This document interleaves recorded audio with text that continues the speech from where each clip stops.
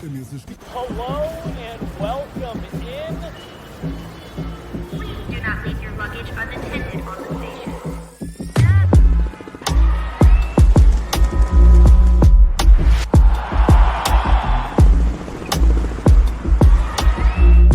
Welcome to the show. Welcome in. Guerilla Sports Off Ice. Postgame live. Avs run away with it in Minnesota late in the third, and a little bit of extracurriculars to end the game. Foligno had some type of issue with Josh Manson trying to run the clock out with 10 seconds left. Avs take this one 6-1, Megan. And last night we talked about the game being kind of boring, nothing really exciting. I thought this one was fast-paced. There was intensity. There was high-end skill. And when it came right down to it, the Avs were able to pull away, fill the net up a little bit, and completely rebound from the performance from last night. My first question to you, before we get into the specifics of this game, what your thoughts are on the response, not just the result, but the process that we saw after such a disappointing game last night. I am so happy with this response. It's not just a win in the second game of a back-to-back. With a still depleted lineup, even with Jonathan Drouin returning, they lose a Sam Girard. They get a fresh goaltender net in Mackenzie Blackwood, who ends up needing to come up with some huge saves in this game. Yep. What I liked is period by period, unlike the Chicago game, the Avs did get better. Obviously, score effects take place in that third period, so Minnesota tries to push back, but it was such a dominant effort from Colorado.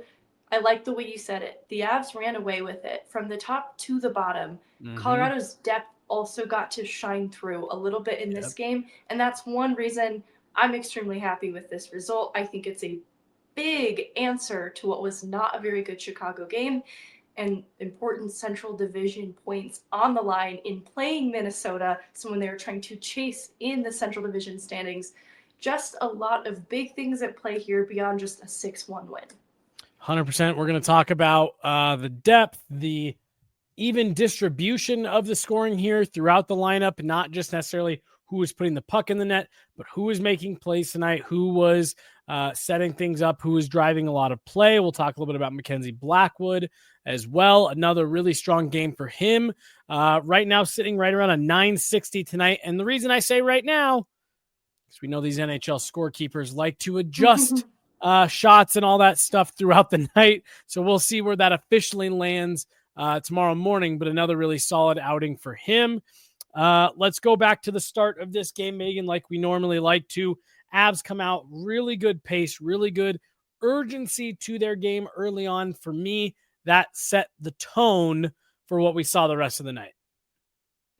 It did, and I kind of joked about Logan O'Connor's lack of a reaction to his goal to open up the scoring, but Parker Kelly did it later in the game too, almost as if it's an inconvenience to have been the goal scorer there. But I love what it says about this group.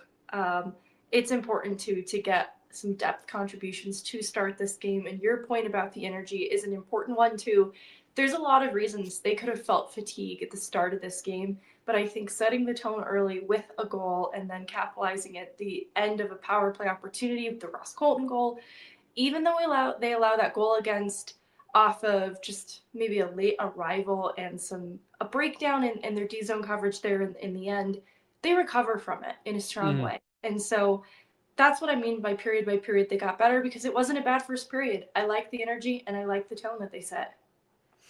So you mentioned Logan O'Connor, and it's part of the reason why I thought it just made so much natural sense that he was the one to get the goal, to kind of kick things off, because this is his exact brand of hockey, what we saw from them early. And I like the call out of kind of coming out and setting the tone and letting Minnesota know, hey, you're not going to be able to jump on us just because we got in late last night. We played Chicago. We didn't make it easy on ourselves. Our top guys had to play big minutes. I thought coming out with that type of effort, with that type of presence, I think you're right. I think it did send a little bit of a message. And the fact that Logan O'Connor is a guy that capitalizes on that, I think is only fitting. fast forward just a little bit. A good power play that doesn't get rewarded, but immediately after a fortuitous bounce for Ross Colton. And again, we'll consider him depth, even though he's taking a lot of top 6 reps. It's not Nathan MacKinnon. It's not Mikko Rantanen. It's not Cale Makar who really helped jumpstart this. No, it's a great point. I talked about a hunger from Ross Colton when I described what I like about having him get reps on the power play, first unit, second unit. Otherwise, I think it's how he's found success there. And it's an attention to detail too. Staying at the net front as the forechecker up on that play in what could have been an easy kill or clear is what I mean, from Minnesota. There is just this, but on the off chance that you can capitalize on a mistake they make. And that, I feel, becomes the story of this game. You know, the later contributions from some of the stars, like, you know, MacKinnon getting a goal in this game, I think it comes from more opportunistic play. There's a lot of odd man rushes that Minnesota had to contend with. And that takes moving your feet to get up ice in the first place and create that chance. And you have to be a little bit opportunistic. And that's what Ross Colton does, kind of in part of his way of setting the tone in the first period as well. And the Avs then give up a goal late. That goal from Ross Colton felt like a little bit of a reward to me for the way that the Avs started this game, the way that the power play was buzzing. But they give one back late. And it's a goal that there's a couple different things you could point at in terms of breakdowns that you don't really like. You give up a look right in the home plate area. I mean, in between the circles.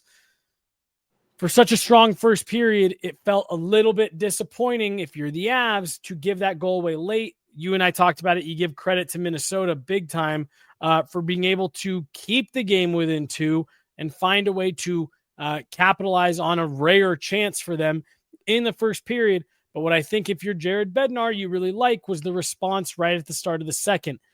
You have to wonder, is a late goal from Minnesota going to propel them forward, give them some momentum, give them some belief, a roster that was a little bit depleted tonight, missing some of their high-end talent? The Avs came out, kind of squashed that early, said, hey, let's get up and skate a little bit here. Let's get our legs moving, and more good stuff from Mackenzie Blackwood allows the Avs to extend that lead out. But I want to hear from you on the Avs being able to absorb a goal late in the first period and still being able to respond well in the second, not being depleted, not allowing the Wild to creep back in. Well, I want to tell on myself for a second. After the first period, the Blackwood goal against, I didn't have a lot of issue with it because it's clear to me the breakdown that happens in front of him. It's not single-handedly Calvin DeHaan's fault, but it was clear to me that everybody on this play was a little bit unclear on their assignment and which lane to the net to protect. And as a result, though, there wasn't really a screen. And so it's coming from an extremely dangerous area of the ice. But Blackwood does have a decent sightline on it. And so I was maybe ready to be a little bit critical. It's only the 4th shot against in the game. Yeah. Colorado kept Minnesota to 3 just before that, right until the end of that period. So defensively, a pretty strong first period. So I was ready to be a little nervous. Like that might be one of the few Blackwood goals that I just don't love. Interesting. Okay. He responds in a huge way in the second period. It's why I didn't even say anything, because he gets better period by period. You know, it's the difference that Blackwood makes. He doesn't let a goal that he probably wants back. I think every goal Blackwood would always want back. He's just very competitive. But in that second period, he comes up with that huge save on Eriksson Ek in one end, and then the Bogosian broken play leads to the 2v2 opportunity back up ice the other way with Rantanen, MacKinnon.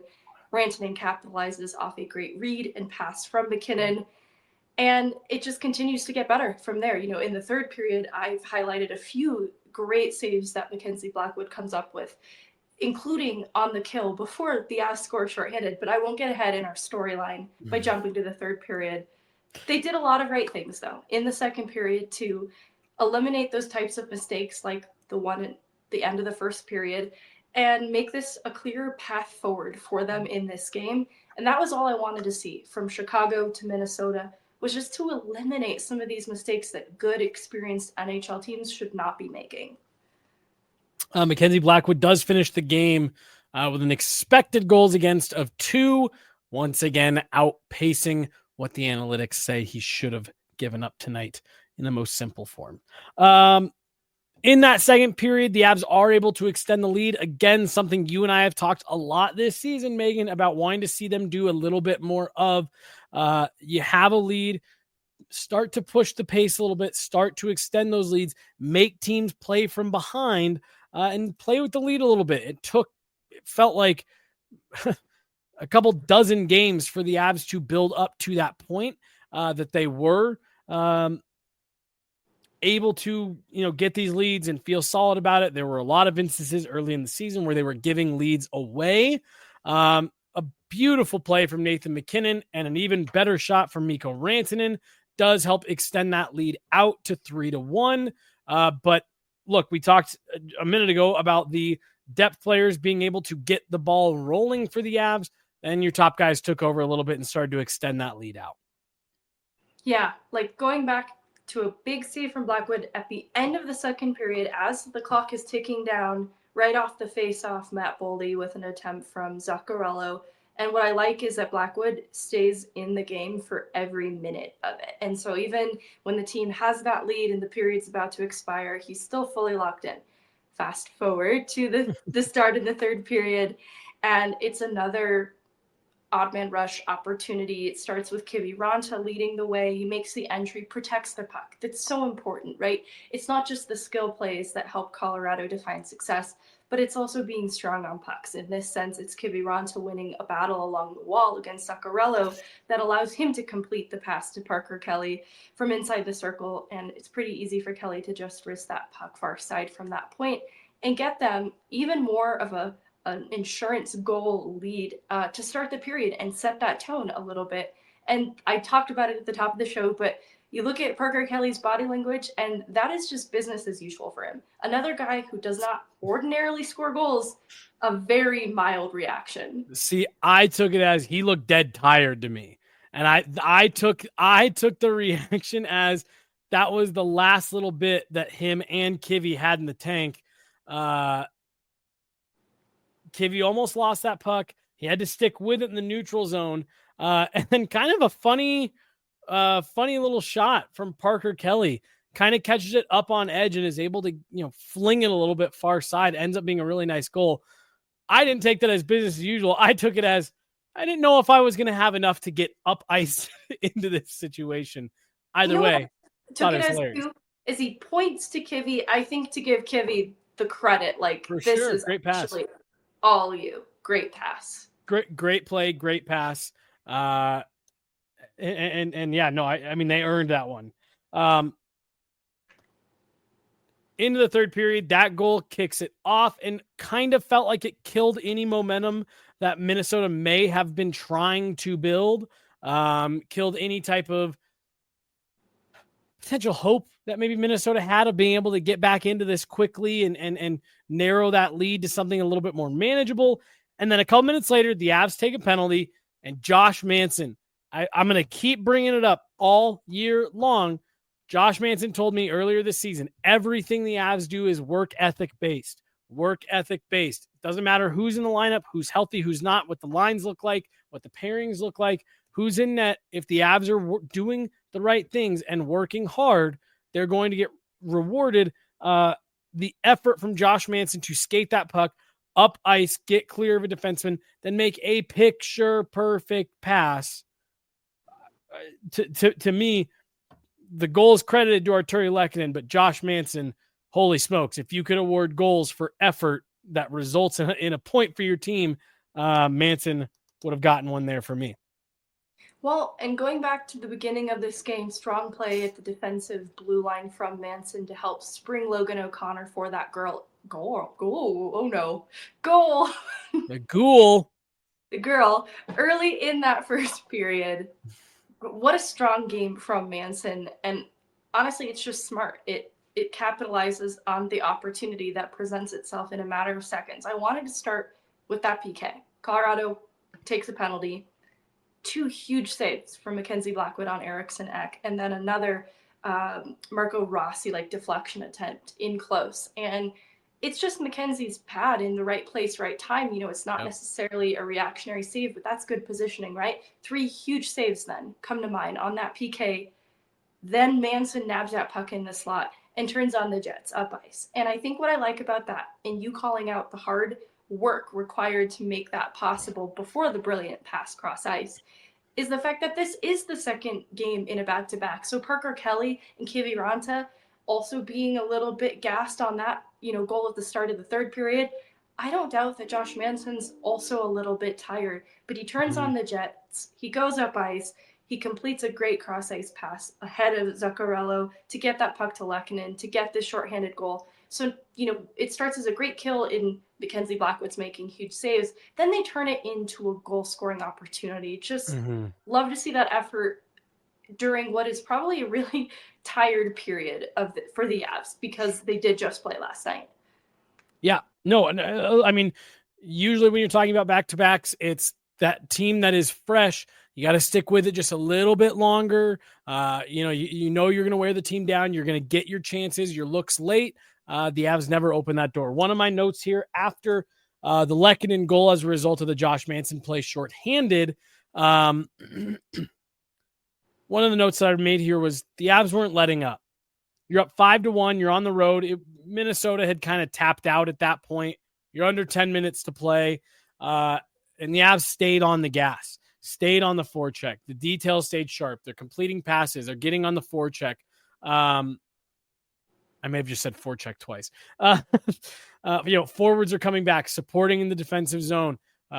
Mackenzie Blackwood staying engaged. Nathan McKinnon is rewarded with a goal just to kind of underscore what we mentioned off the top. The generosity of the offense tonight, spreading it around all over the lineup. Nathan McKinnon gets in on the act. You mentioned off the top signs of a championship team. This to me was signs of a championship team. You don't take your foot off the gas. No, I think, someone in the chat was talking a little bit more about the lack of reaction, and that was sort of what prompted the signs of a champion team comment earlier too, that no matter who the goals are coming from, that is the expectation, that they're going to provide goal support and do what is needed to elevate this team to a win without relying on what the goaltender is doing in net, what kind of night he's having solely. And it's great because Mackenzie Blackwood continues to be so stellar for the Avs team, but I love to see the depth get up into the scoring tonight.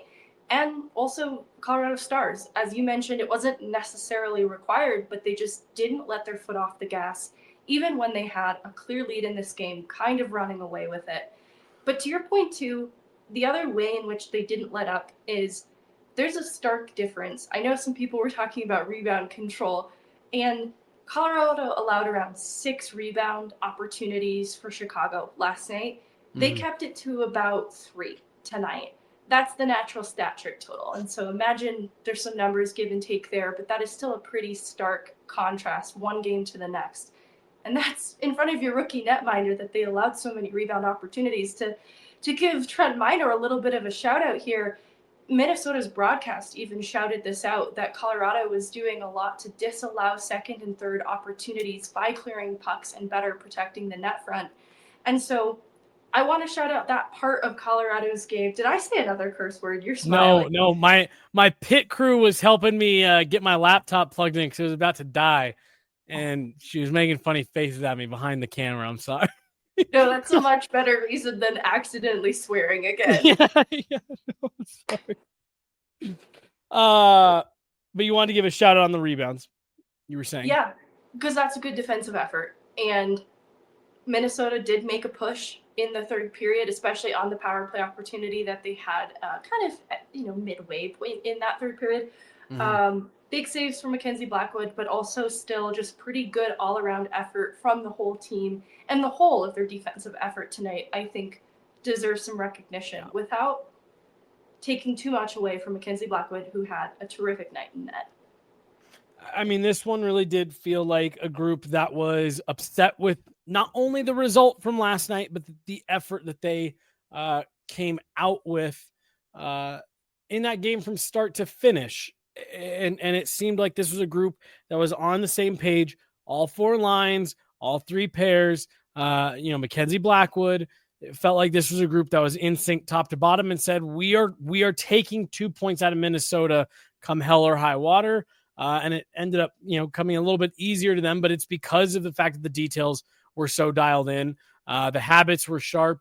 The Avs stayed on the gas regardless of what the lead was, regardless of how much time was left. And then, yes, getting the goaltending from Mackenzie Blackwood that you got again tonight certainly does help. Any last thoughts? I'm going to go pull a couple questions from your question thread. Any final thoughts for you, though, while I go and pull these up and stall? No, keep pulling it up. Just want to emphasize why this is significant. Significant for Colorado in the standings. They were 5 points back of Minnesota ahead of this game. Colorado. Wow. You know what? I'm just gonna let you pull up the question. I got questions now. Talking is tough. Here. Talking is tough. All right.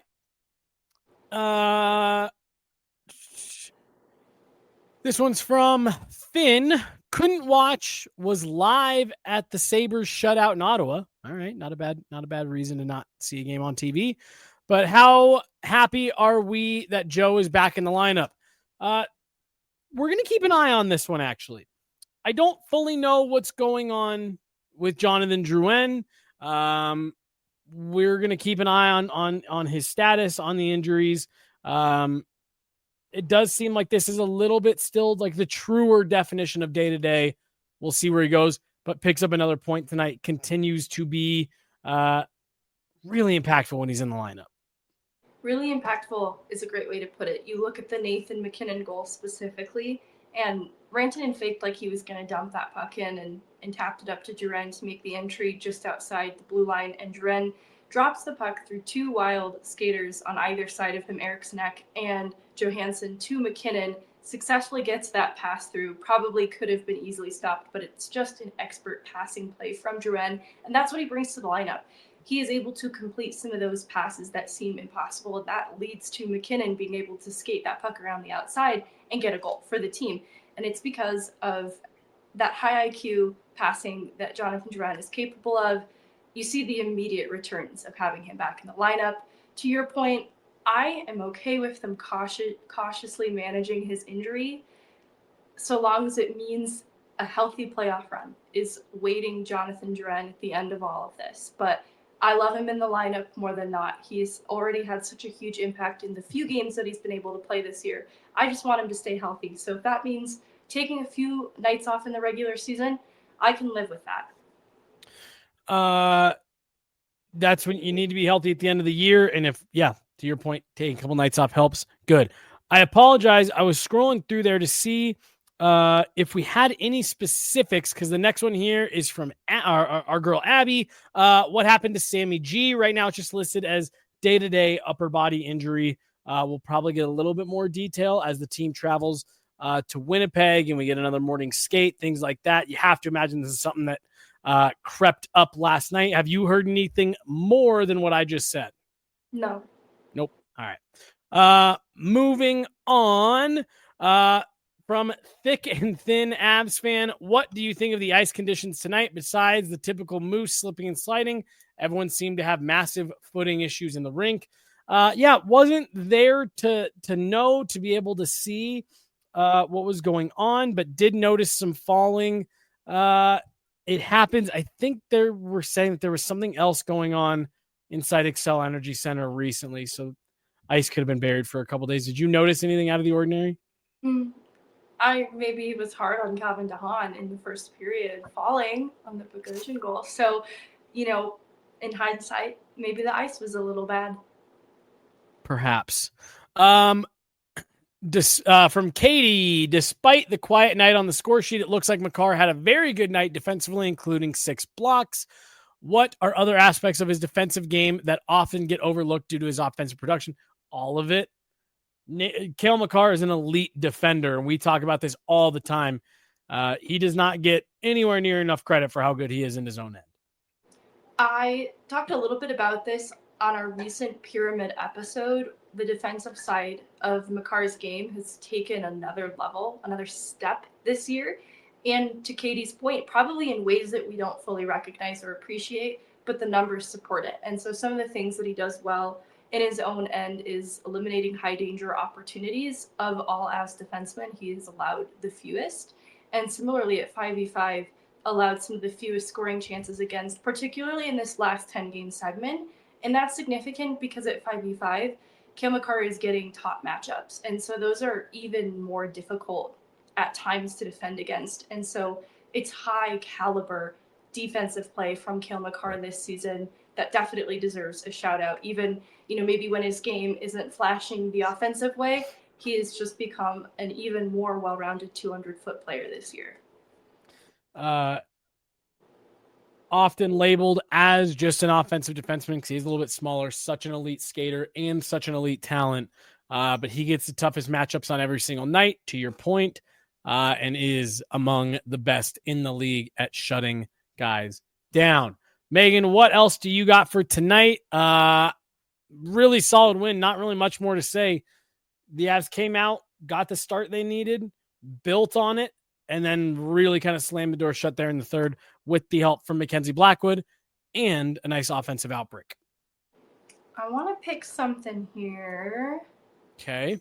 One of these is a little deeper in the thread, but it's Bednar should be the leading candidate for Coach of the Year. And it's a quote retweet of Rudo's tweet that has a really fun chart that tracks injuries around the league and then kind of the performances. And so the Avs are in the injured but good category, and they're kind of running away with the injured but good. So there's injured and bad, there's healthy and bad, there's healthy and good. And the Avs, especially proportionate to how injured they are experiencing very good winning results. And so I wanted to use that as an opportunity to not only talk about that, but also what Jared Bednar has done with this team now past the halfway point. There we go. Fun. Yeah, look, Jared Bednar, you will not hear an argument from me that this is a guy who should probably already have a Jack Adams or two under his belt. The fact that he hasn't gotten one yet, to me, is crazy. Along with Cooper in Tampa Bay. But yes, this is a team that, especially since the new goalies have gotten to town, there's new life in this group. There's new energy, new belief, and they are looking like the Avalanche we've gotten used to, and they look like they're starting to play that way top to bottom, and should really be concerning for teams around the league, assuming that there is no Val Nichushkin tonight, no Sammy G tonight, no, obviously Gabe Landeskog still missing Miles Wood, Oliver Shillington hasn't been an option for you at the bottom of the D pairs, so an encouraging chart here for sure. Great pull. Yeah, I think Jared Bednar definitely deserves his flowers as a coach. He's had to navigate uncharted waters in terms of unprecedented injury. And I think for a few seasons now, the Avs have just dealt with lots of injury in season, but this year has felt next level challenging. Just even looking at a game like tonight specifically, he has to juggle the lines a little bit. He's trying to get more out of Casey Middlestat. He's trying to see what kind of player he has in Parsonen. And in recognizing that that Middlestat line with O'Connor and Kiviranta isn't fully going, he lets Kelly return there for a little bit. That results in a goal for that line when he makes that little switch in game. And so I think he toes that line of trying to make changes to get the best out of his players without changing things too much and not allowing them to find any semblance of consistency. And that's one thing that I really like about him as a coach. We'll wrap things up here with a super chat from Josh. $5. Good win. What's your guys' gut feeling on Landy playing this season? Do you think we see him this year? I do. Playoffs, though. I don't think he's back in the regular season. And that's purely going off what my gut says. Just wondering. I still think he comes back, but I think it is interesting that timeline has maybe changed. Like for me, I was targeting a return coming out of the Four Nations break with more clarity around the return ahead of the break. And playoffs now from you is definitely pushing that timeline out quite a bit further. Has anything changed recently for you and why you might think that? I'm looking at where we're at, January 9th. And you have to imagine that, one, we've got that report that came out from Emily Kaplan of ESPN, who has been remarkably spot on when it comes to Gabe Landeskog knowledge, that he's still dealing with a swelling issue of his knee, that if he pushes it too hard, too many days in a row, the knee swells. So you've got that, one.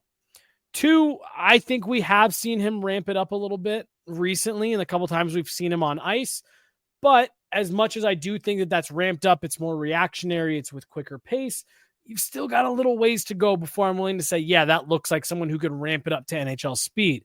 And then number three, Gabe Landeskog is going to have to ramp it up to NHL speed, NHL contact, NHL pace, and then show that he can sustain that for more than a week, 2 weeks at a time. Whether that's through practice, through games, through whatever, there's going to be a period of, okay, well, let's say you ramp it all the way up. You are a full participant in practice. You're going to have to be a full participant in practice pretty heavy for a couple of weeks. And then you're going to have to get into a few games, and you're going to have to go a few games before you can even decide, yes, this is a viable option, or no, it's not. And I'm just starting to look at the timeline between now and I believe that trade deadline is like the first week of March, maybe the second week. I can't remember what the exact date is right now. And I'm just saying, okay, even with Four Nations, you're just running out of time here to make sure that, yes, this is a viable option and not the best. And you're running out of time to figure out if this is a viable option and if it's the best use of that remaining salary cap money or the money that it would eat up. So my feeling on that is that it's probably closer to playoffs based on a lot of the positive things that we've seen, that I do think he will come back. I just think you're kind of you're out of, or extremely close to being out of runway to making sure that he can hold up and not using that money, and also having to do some finagling to even fit his money back in. I think the money is the interesting part. The Avs have been very above board with cap and cap circumvention and not utilizing options like that when they don't need to. And I've really respected them for that. And so what I'm about to say, I still believe in that from the front office. But to your point, the timing of the year and with where we're at, there's the Emily Kaplan report. What's given me some optimism is after the Kaplan report, Bednar has still provided the most recent update being it's the most progress Gabe has made in this whole process, which is good. That's what we should be hearing. I won't get carried away with what that means. But to your point, it's still kind of a tricky point. We are past the halfway in the year for them to be juggling what a return to play in regular season would look like. And for the money perspective, there's a lot of reasons why it would make sense to hold off until playoffs. As we inch closer and closer to that room, it starts to make a lot more sense. I'm also very favorable of just erring on the side of caution. And I think, we go back to last summer when it was it's a matter of when, not if conversation. I think that was assuming that things continued to progress and they were able to get, hit all these checkpoints. And I think they maybe just missed a couple of those, and that's all right. As you and I discussed last week, this is a process. It's something that no one has done before. We see that Lonzo Ball is having success, so that should be what continues to give the Avs optimism.